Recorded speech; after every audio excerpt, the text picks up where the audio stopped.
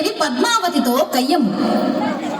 వగలు పోయే చిన్న దాన, మాటలు బాగా నేర్చిన దాన, ఎంత గడుసరి దానవు నీవు, నా పతి నీదు వలలో పడెను. పెండ్లి అయిన వారితో నీవు పరిణయమేలా ఒప్పుకొంటివి, పురుషులకేలా కరువు వచ్చిన నా మగడే నీకు దొరికినాడా.